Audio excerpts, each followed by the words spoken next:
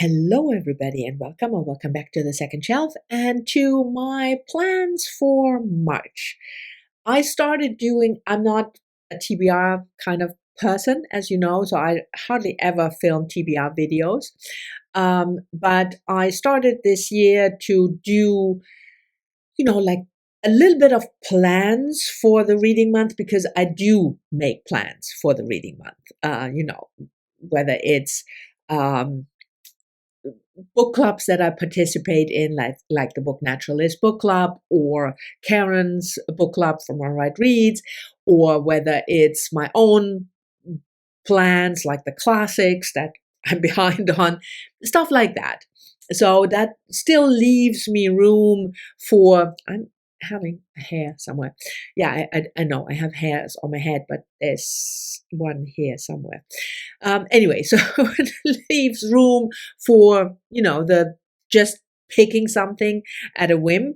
But I do make plans, and I started to make a video at the beginning of the month about the plans that I might have for this month. If you watched my Sunday video about the February wrap-up, you know that these plans are even more tentative than normal because of my mom's situation. She's not doing well.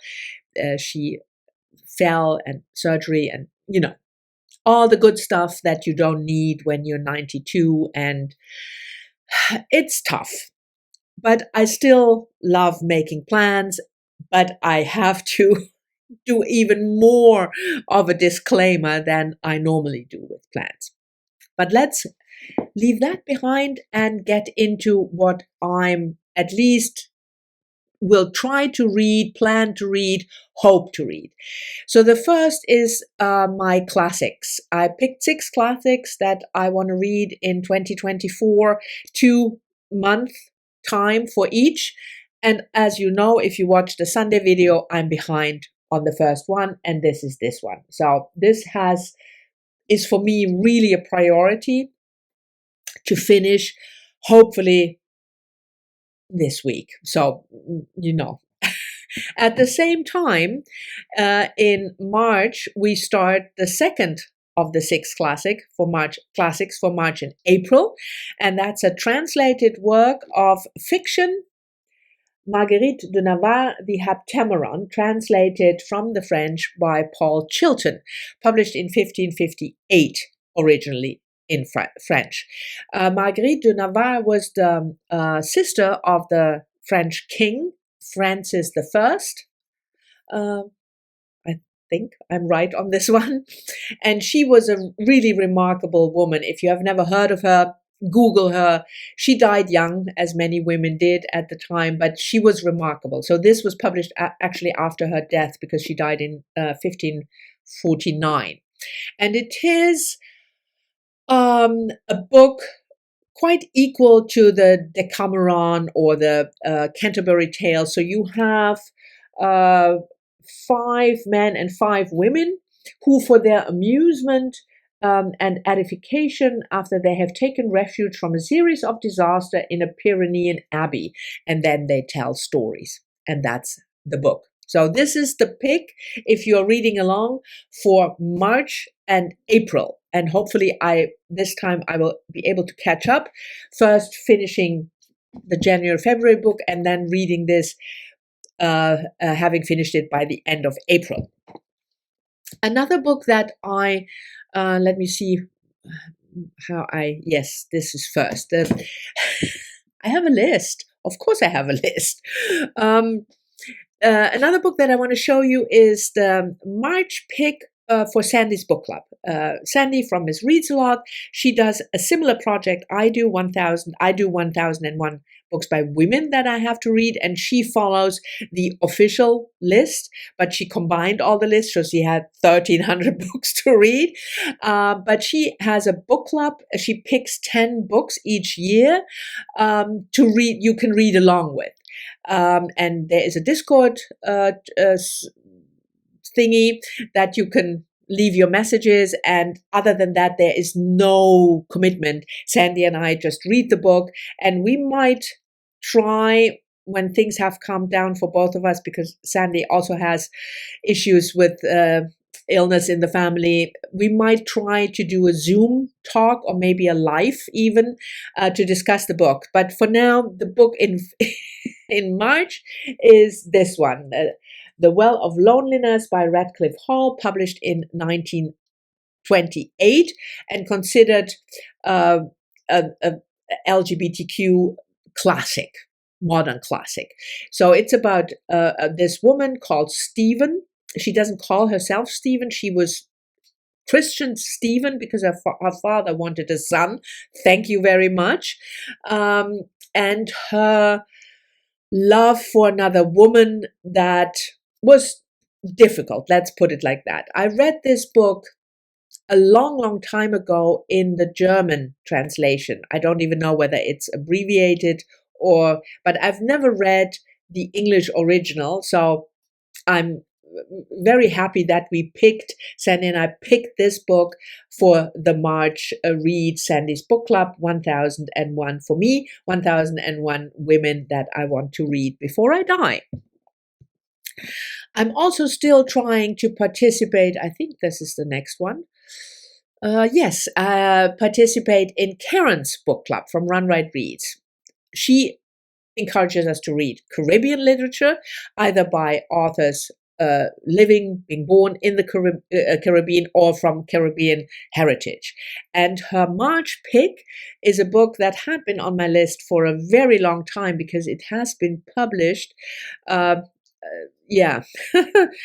almost 25 years ago, and that is Sadie Smith's debut novel, White Teeth, published in 2000, and one of the most successful debuts in the 21st century for sure, and maybe even the 20th century. Sadie Smith has Jamaican heritage. I think her mom is from Jamaica. So that's why for Karen, she qualified to be included in the book club. And this is a multi-generational tale of people in London, white people, first generation immigrants, but not from the Caribbean, but Bangladesh, and their children. So yeah, I'm having a kind of a hit and miss relationship with Sadie Smith's work, and a lot of time it's it's miss, unfortunately, even though whenever I see her talk about a book or talk about writing or talk about whatever, I love her. So I want to love her books, but so far I wasn't very successful, but I hope that this really famous debut maybe will work for me. So fingers crossed. Let's look on my list. What do we have next? Oh yes, I'm also trying to always to participate in the BookNaturalist BookClub run by Heidi from My Reading Life and Doris from All the Books. And they also encourage us, but this time not with a Caribbean thing, but to read books about nature. A lot of books are nonfiction for this book club, and they also pre-select them at the beginning of the year or the end of the year for the next year. And for March, they picked a fiction book, and that is, I don't have a copy. I will pick up a copy from the library, hopefully next week. That is Lauren Groff, The Vaster Wilds, published last year, if I'm not mistaken. Yes, last year. And I don't know that much about the book. I have a similar kind of not quite working relationship with Lauren Groff's work. So I probably wouldn't have picked up her latest, this one. But now that it's included in the book club and I can get it from the library, even in a physical copy from my library, I will definitely, I definitely want to read it. I can't make any promises, as you know, not too many promises at least, given my mom's health situation. But anyway, so this one, the only thing I know is that it's set in the 17th century in what is now the US. And there is a girl, unnamed girl, escaping from a settlement, Jamestown settlement, and then experiencing, the wilderness, so to speak. That's why it's incorporated, I think, included in the Book Naturalist Book Club, because it has to have something to do with nature. That's all I know. So we'll see whether this one will work for me. The last one I read by Lauren Groff, Matrix, about also historical fiction about a nun who became a famous leader of a monastery, didn't quite work for me. So we'll see. And then, of course, I have my own new series for 2024, the BuzzBook thing, where I pick a book that has been very recently published and that has been buzzed. So people are very excited, and it's the best new historical fiction or the best debut, something like that, because I also want to push myself a little bit to read at least one new release every month. And this is a good way for me to get to a new release. And for March, I picked a book that was published beginning of February, and that is Kristen Hanna, The Women, historical fiction set in the Second World War, if I see that correctly. And I know Kristen Hanna is a beloved writer of historical fiction. I have never read her.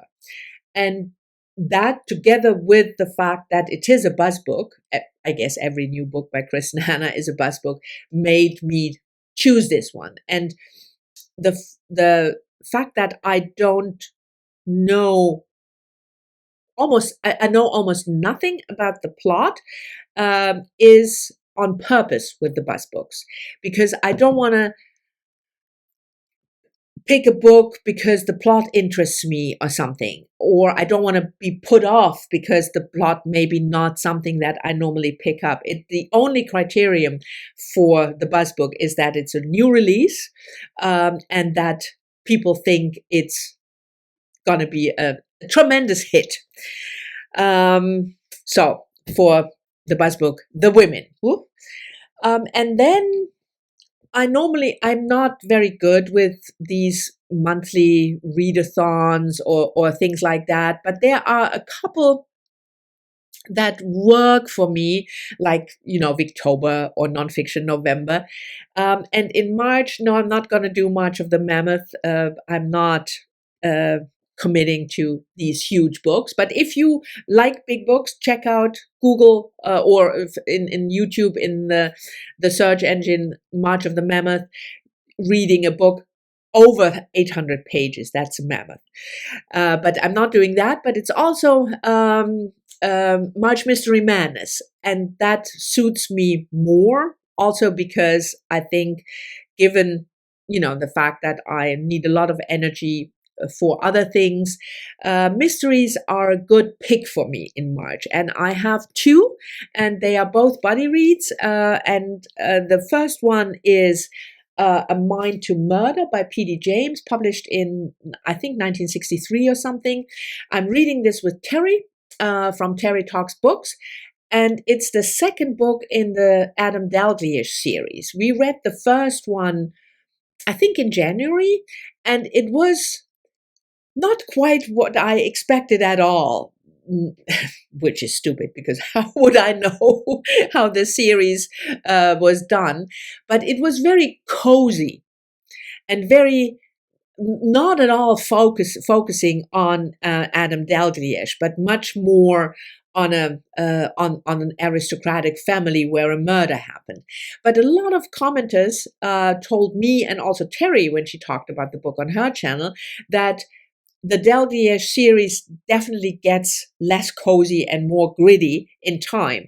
And I at least wanted to read the second book. I'm not committing yet to reading the whole series, but the second book, Terri and I, we both said we want to read.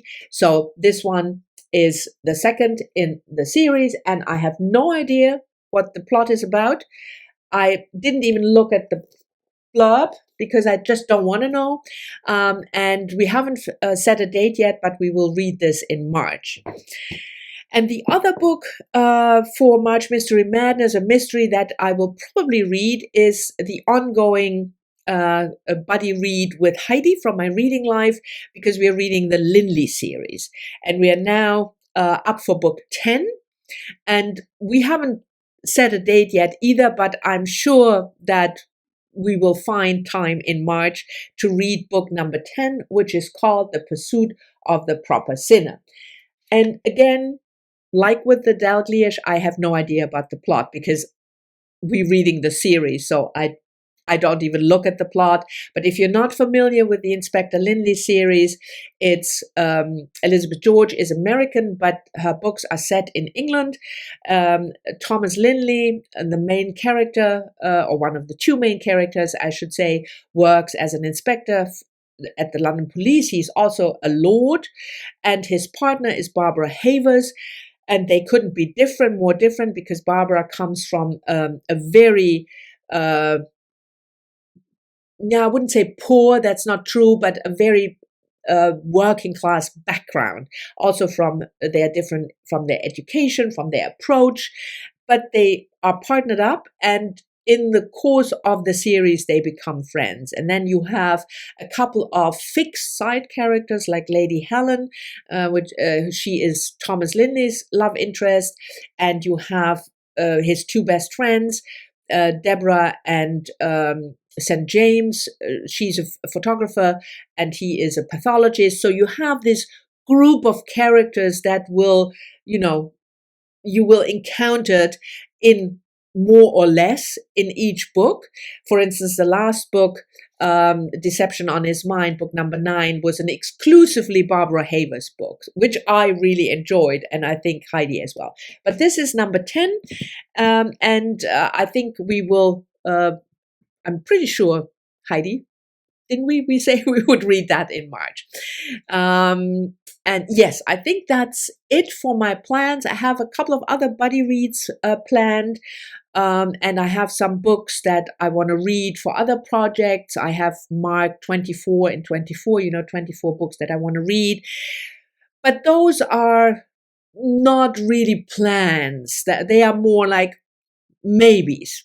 And these ones, it would be a miracle almost if I actually would get to all of them. So I have to prioritize a couple of them, especially the ones that I committed, to read with you or with Sandy. But we'll see. Fingers crossed. Reading helps me. It puts my mind off things. It puts my mind off worrying. But at the same time, you could see that if it weren't for the graces of makeup, I'm really tired.